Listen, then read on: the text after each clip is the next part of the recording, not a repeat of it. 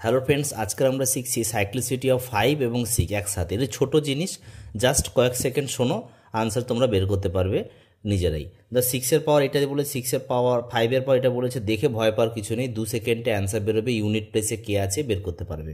শুধু মনে রাখো 5-এর পাওয়ার, দেখো একটা কেস দেখো, 5-এর পাওয়ার 1 হোক, যা 2 হলে কি আসছে, 3 হলে 1 2 5, তার মানে যতই পাওয়ার যাই করো লাস্টে কিন্তু 5 থাকছে, তাই না? পাওয়ার যাই থাক না কেন। একই রকম 6-এর পাওয়ার 1 করো 6, পাওয়ার 2 করো 36, কিউব করো 216, তাই না? তো তার দেখো সব ক্ষেত্রেই 6ই আসছে। তার মানে এইটুকু শুধু মনে রাখবে যে 5-এর পাওয়ার যাই হোক না কেন, ধরো এখন 25 টু দি পাওয়ার 2000, তার মানে এই লাস্ট 5 আছে, তার পাওয়ার যাই হোক না কেন এর ইউনিট ডিজিটে 5ই থাকবে, ইউনিট ডিজিটে 5ই থাকবে, আর 6-এ 6ই থাকবে। থ্যাংক ইউ ভেরি মাচ, ইনফরমেশনটা তোমরা কালেক্ট করে থাকো।